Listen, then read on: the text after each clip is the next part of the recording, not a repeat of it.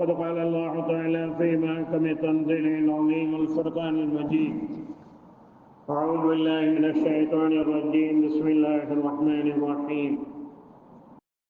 يا أيها الناس اتقوا ربكم الذي خلقكم من نفس واحدة وخلق منها زوجها وبث منهما رجالا كثيرا ونساء واتقوا الله الذي تساءلون به والأرحام إن الله كان عليكم رقيبا.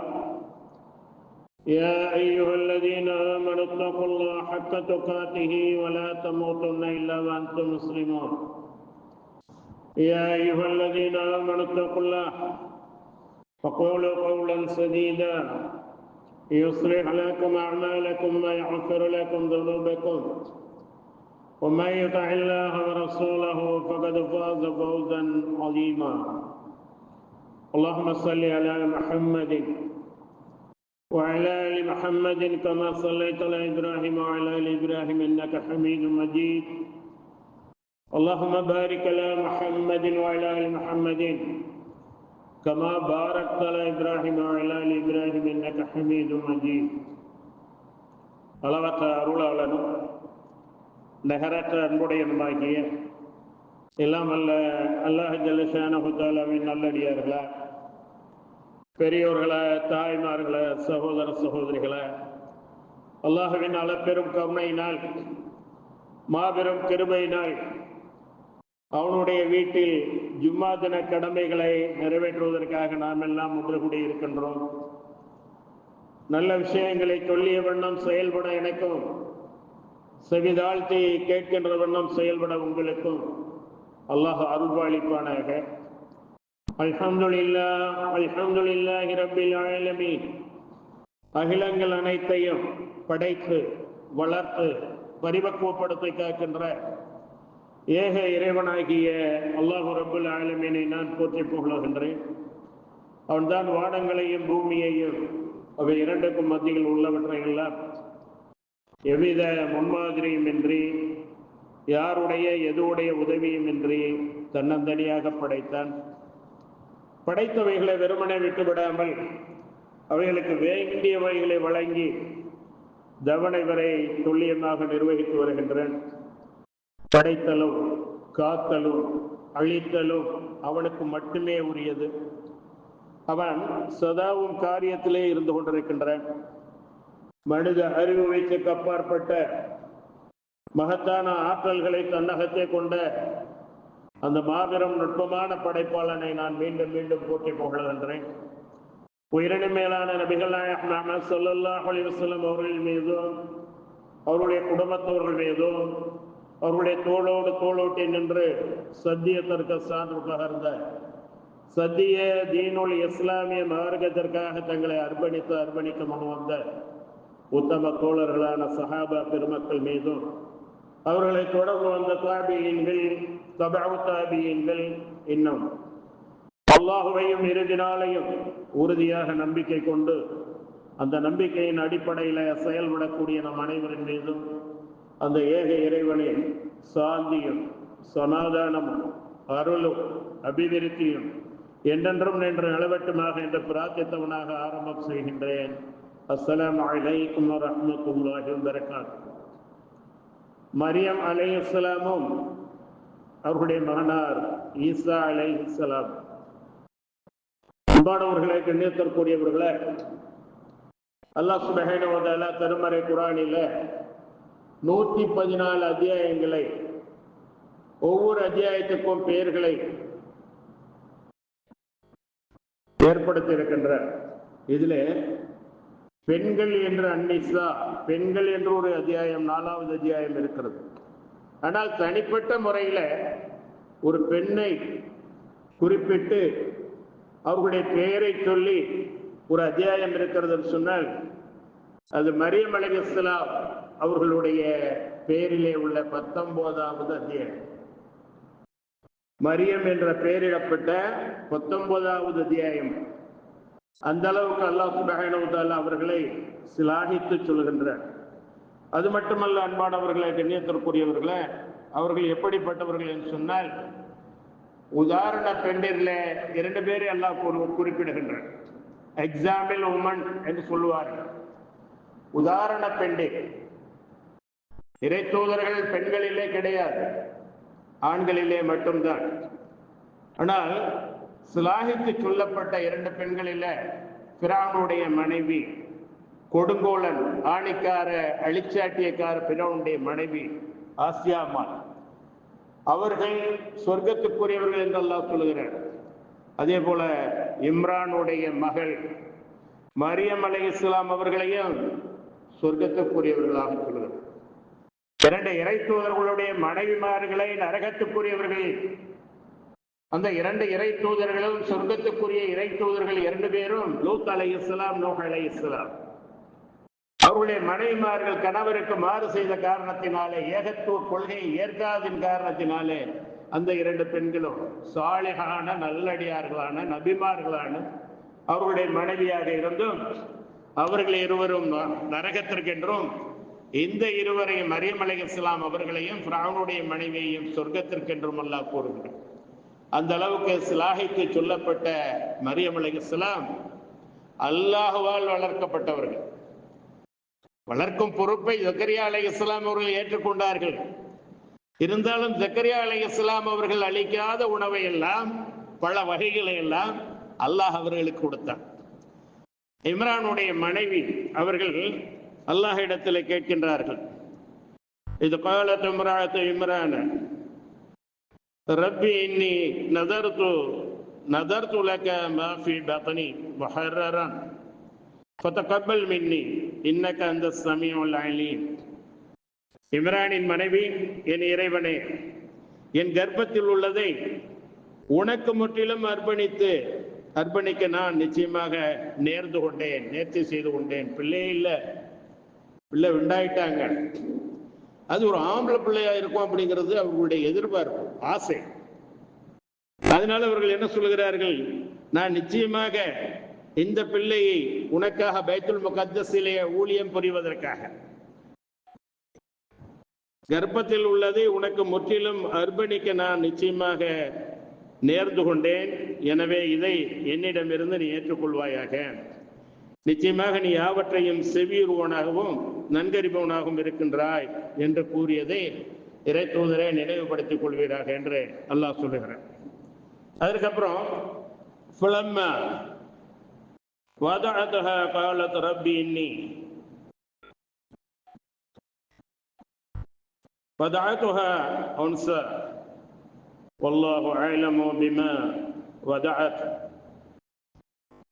وليس الذكر كالأنثى وإني سميتها مريم وإني أعيذها بك وذريتها من الشيطان الرجيم.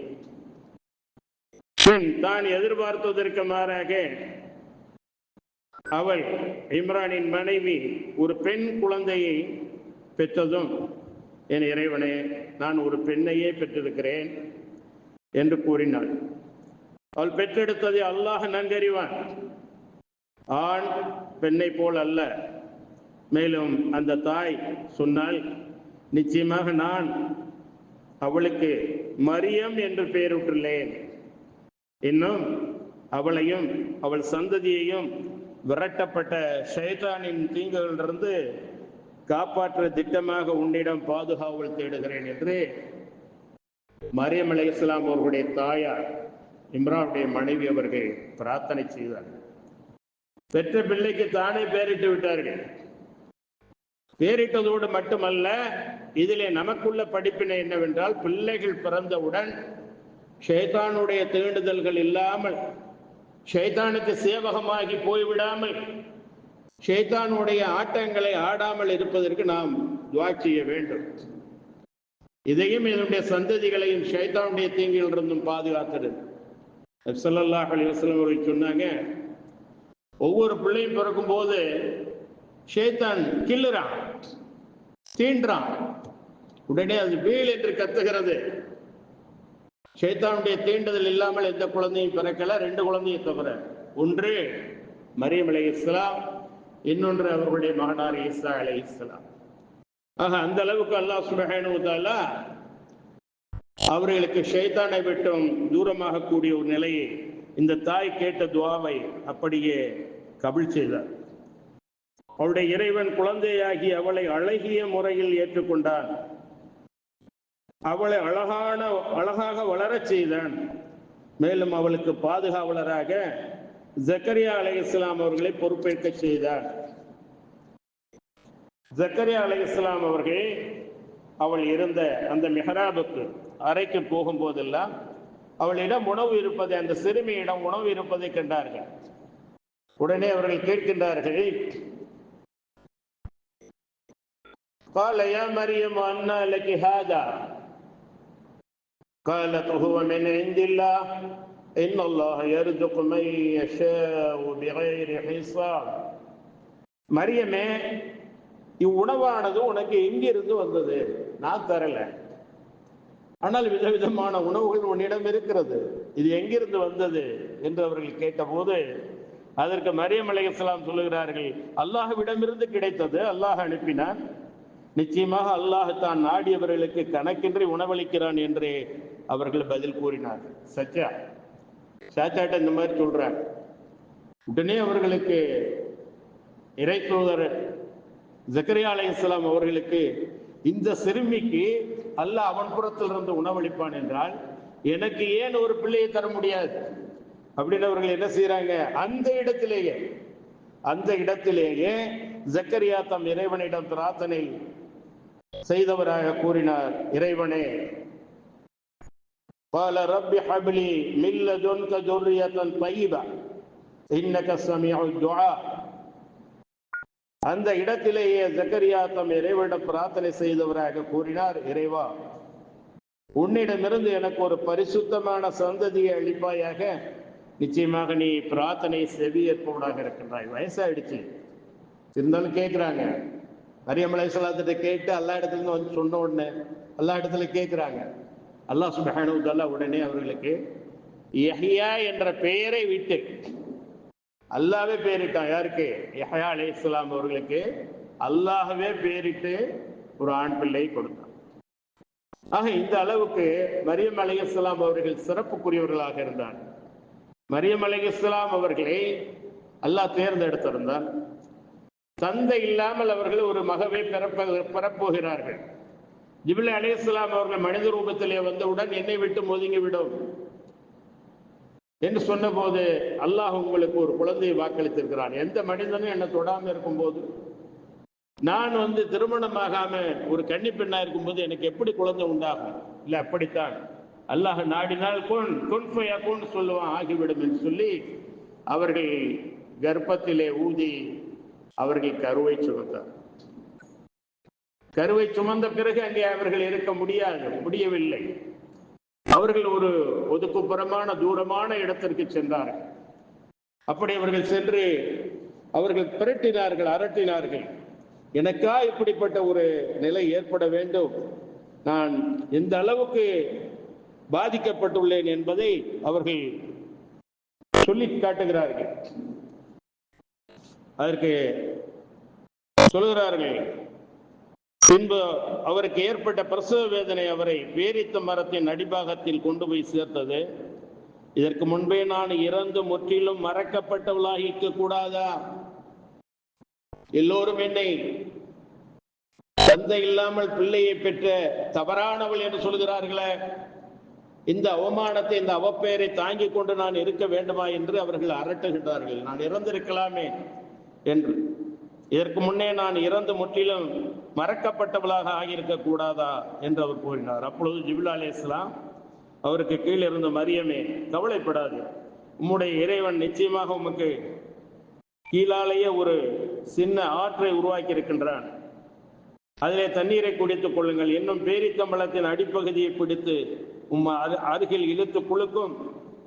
பழுத்த பழங்கள் மீது அது உதிர்க்கும், அந்த மரம் உதிர்க்கும். ஆகவே அதை சாப்பிட்டு கொண்டு ஆற்று நீரை பருகி கொண்டு கண் குளிர்ந்திருப்பீராக. பின்னர் மனிதர்கள் எவரேனும் நீர் பார்க்க நேரிட்டால் மெய்யாக அளவற்ற அருளாளனுக்காக, அர் ரஹ்மானுக்காக நான் நோன்பிருக்கிறேன். உண்ணா நோன்பல்ல, மௌன விரதம். ஆகவே நான் பேச மாட்டேன். என்னை குறித்து நீங்கள் ஏதாவது கேட்பதாக இருந்தால், இப்படி பண்ணிட்டியே அப்படின்னு கேட்க தானே செய்வாங்க, கேட்கிறாங்க, குழந்தைகிட்ட கேட்டுக்கிடுங்க அப்படின்னு சொல்லிவிடும். அளவற்ற அருளாளனுக்காக நான் நோன்பு இருப்பதாக நேர்ந்திருக்கின்றேன். ஆதலின் இன்றைய தினம் எந்த மனிதருடனும் பேசவே மாட்டேன் என்று கூறும். அக்குழந்தையை பிரசவித்த பின்னர் அவர் அதை சுமந்து தன் சமூகத்தாரிடம் வந்தார். அவர்கள் கூறினார்கள், மரியமே, நிச்சயமாக நீ விபரீதமான பொருளை கொண்டு வந்திருக்கிறாய். தப்பான வகையிலே பிறந்த ஒரு விபரீதமான பொருளை கொண்டு வந்திருக்கிறேன் என்று சொல்லி, ஹாரூனின் சகோதரிய, உம் தந்தை இம்ரான் கெட்ட மனிதராக இருக்கவில்லை, உம் தாயாரும் நடத்தை பிசகியவராக இருக்கவில்லை என்று நீ இப்படி இருக்கிறாய் என்று பழித்து கூறினார்கள். அதற்கு மரியம் அலைஹிஸ்ஸலாம், என் குழந்தையிடம் கேட்டுக்கொள்ளுங்கள் என்று சுட்டி காட்டினார். அப்ப அவர்கள் சொல்லுகிறார்கள், நாங்கள் தொட்டிலில் இருக்கும் குழந்தையுடன் எப்படி பேசுவோம் என்று கூறினார்கள்.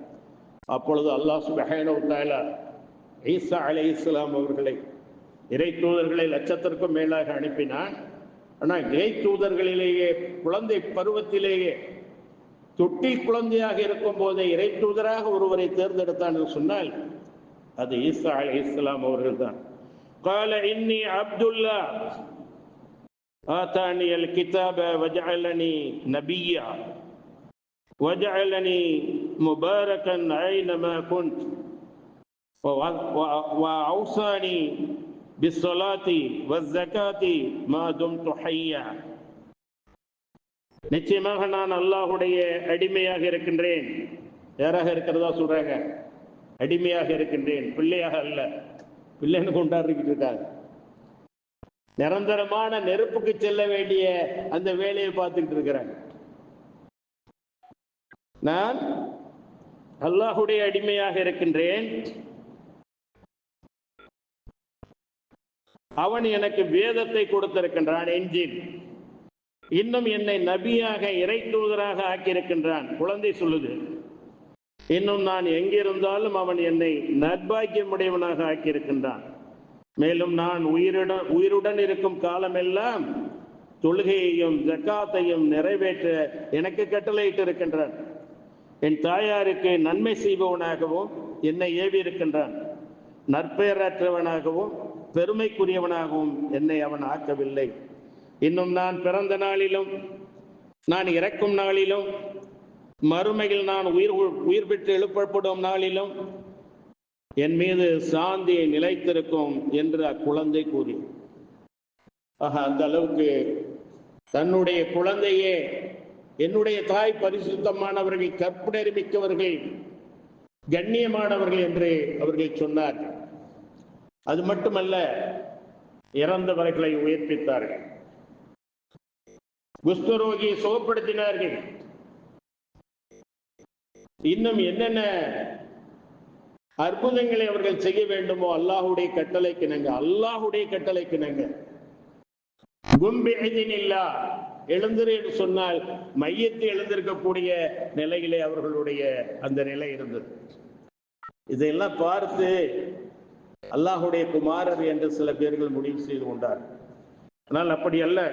அல்லாஹ் சுப்ஹானஹு வ தஆலா திருமறை குர்ஆனில 5வது அத்தியாயம் 75வது வசனத்தில் இவ்வாறு கூறுகிறான்.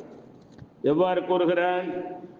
மல் மஸீஹ் இப்னு மரியம் இல்லா ரசூல் قد خلت من قبله الرسل وأمه صديقة كانا يأكلان الطعام انظر كيف نبين لهم الآيات ثم انظر عنا يؤفكون.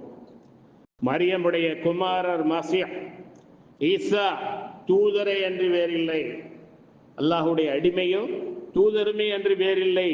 இவருக்கு முன்னரும் ஏராளமான இறை தூதர்கள் பலர் திட்டமாக வந்து சென்று விட்டனர். இவருடைய தாயார் மிக்க உண்மையானவர், சித்திகா.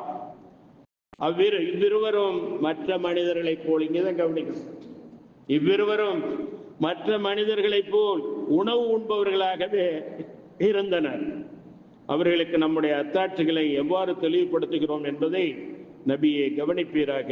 அவர்கள் எவ்வாறு உண்மையை விட்டு திசை திருப்பப்படுகிறார்கள் என்பதையும் கவனிப்பீராக என்று அல்லாஹ் சொல்கிறார்.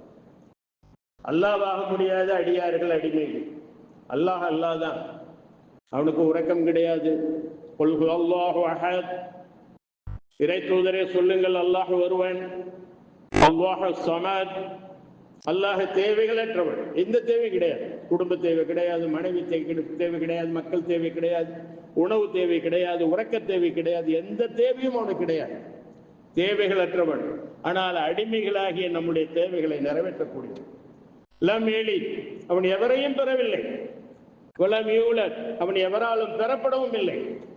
வலம் யகுல் லஹு குஃபுவன் அஹத், அவனுக்கு ஒப்பாக மிக்காக யாரும் இல்லை, எதுவும் இல்லை. எந்த ஓமையும் அல்லாஹ்வுக்கு கொடுக்க முடியாது. அந்த ஓமைகளுக்கெல்லாம் அப்பாற்பட்டவனாக, தூய்மையாளனாக அல்லாஹ் சுப்ஹானஹு வ தஆலா இருந்து கொண்டிருக்கிறான். ஆகவே அன்பானவர்களை, கண்ணியத்திற்குரியவர்களை, வழி தவறிவிடக்கூடாது. நேரு வழியை பற்றி பிடிக்க வேண்டியவர்கள் வழி தவறி செல்கிறார்கள். மலஜலம் சுமந்து வாழ்ந்த இறை தூதர்கள், அதிலே ஒருவர் தான் ஈசா அலைஹிஸ்ஸலாம். அல்லாஹ் சொல்லும்போது சொல்லுகிறான், ஈசாவுடைய உதாரணம் ஆதமுடைய உதாரணம் போன்றது. ஆதமை அல்லாஹ் மண்ணினால் படைத்தான், அவர்களுக்கு அவருடைய மனைவியை படைத்தான். அந்த இருவருக்குமே தாயும் இல்லை, தந்தையும் இல்லை. அப்படி இருக்க ஈசா அலைஹிஸ்ஸலாம் அவர்களுக்கு தாய் இருக்கிறார்கள், தந்தை. ஆக அந்த வழியிலே வந்தவர்கள் தான் தவிர அவர்களுக்கென்று சிறப்பு அம்சங்கள் எதுவும் இல்லை என்று அல்லாஹ் சுப்ஹானஹு வ தஆலா கூறுகிறார்.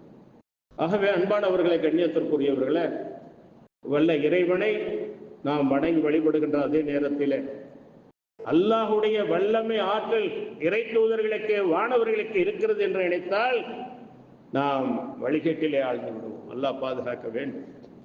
அல்லாஹ் சுப்ஹானஹு வ தஆலா நிச்சயமாக நாளை என்ன செய்வான்? மறுமை நாளிலே ஈசா அலைஹிஸ்ஸலாம் அவர்களை பார்த்து கேட்பான். என்ன கேட்பான்? இன்னும் மரியமுடைய மகன் ஈசாவே, இயேசுவே, அல்லாஹுவை அன்றி என்னையும் என் தாயாரையும் இரு கடவுளர்களாக ஆக்கிக் கொள்ளுங்கள் என்று நீர் மனிதர்களிடம் கூறினீரா என்று அல்லாஹ் மறுமை நாளிலே கேட்கும் போது, அதற்கு அவர், நீ மிகவும் தூய்மையானவன், பரிசுத்தமானவன், எனக்கு உரிமை இல்லாத ஒன்றை நான் எவ்வாறு சொல்லுவேன்? நான் அப்படி சொல்வதற்கில்லை. அவ்வாறு நான் சொல்லி இருந்தால் நீ அதை நிச்சயமாக அறிந்திருப்பாய். என் மனதில் உள்ளதை நீ அறிகிறாய், உன் மனதில் இருப்பதை நான் அறிய மாட்டேன். நிச்சயமாக நீயே மறைவானவற்றையெல்லாம் நன்கு அறிபவன் என்று கூறுவான். நீ எனக்கு கட்டளையிட்டபடி, அதையும் சொல்லுகிறார்கள் ஈசா அலைஹிஸ்ஸலாம், இயேசு, நீ எனக்கு கட்டளையிட்டபடி மனிதர்களை நோக்கி என்னுடைய இறைவனும் உங்களுடைய இறைவனுமாகிய ஏக இறைவன் அல்லாஹ்வே வணங்குங்கள் என்பதை தவிர வேறு எதையும் அவர்களுக்கு நான் கூறவில்லை. மேலும் நான் அவர்களுடன் உலகில் இருந்த காலமெல்லாம் அவர்களை கண்காணிப்பவனாக இருந்தேன். ஆனால் நீ என்னை உன்னளவிலே உயர்த்தி கொண்ட போது அவர்களை பற்றி நீயே கண்காணிப்பவனாக இருந்தாய், நீயே எல்லா பொருட்களின் மீதும் சாட்சியாக இருக்கிறாய் என்று சொல்லிவிட்டு, இறைவா, நீ அவர்களை வேதனை செய்தால் தண்டிப்பதற்கு முற்றிலும் உரிமை உள்ள உன்னுடைய அடிமைகள், அவர்கள் தண்டிக்கலாம். நிச்சயமாக அடிமைகளாக அவர்கள் இருக்கின்றனர். அன்றை நீ அவர்களை மன்னித்தாயினால் நிச்சயமாக நீதான் யாவரை மிகைத்தோனும் ஞானமிக்கோனுமாக இருக்கின்றாய் என்று கூறுவார். அப்பொழுது அல்லாஹ் சொல்லுவான், இது உண்மை பேசுபவர்களுக்கு அவர்களுடைய உண்மை பலனளிக்கும் நாளார். அவர்களுக்கு சுவனபதிகள் உண்டு. உண்மையாளர்களுக்கு அவற்றின் கீழ் ஆறுகள் ஓடிக்கொண்டிருக்கும், அவற்றில் அவர்கள் என்றென்றும் நிரந்தரமாக இருப்பார்கள் என்று கூறுவார். அல்லாஹ் அவர்களை பொருந்தி கொண்டார். அல்லாஹுவை அவர்களும் புரிந்து கொண்டார்கள். இது மகத்தான மாபெரும் வெற்றியாகும். வானங்கள், பூமி மற்றும் அவற்றில் இருப்பவற்றின் ஆட்சி அல்லாஹுக்கு மட்டுமே சொந்தம். அவன் ஒவ்வொரு பொருளின் மீதும் பேராற்றல் உடையவனாக இருக்கின்றான். ஆக அவர்கள் மரியம் அலைஹிஸ்ஸலாம் அவர்களுடைய மகன் ஈசா அலைஹிஸ்ஸலாத்தை இயேசுவை கொல்லவில்லை. அவர்கள் சிலுவையில் அறிந்தது ஈசா அலைஹிஸ்ஸலாத்தை அல்ல, அவருக்கு ஒப்பாக ஒருவர் ஆக்கப்பட்டார், அவரை அவர்கள் அறிந்தார்கள். தன்னளவிலே அல்லாஹ் அவர்களை உயர்த்தி கொண்டதாக திருமறை குர்ஆனில் சொல்லி காட்டுகிறார். அவர்கள் யூகங்கள் செய்கிறார்கள், கற்பனைகள் செய்கிறார்கள்.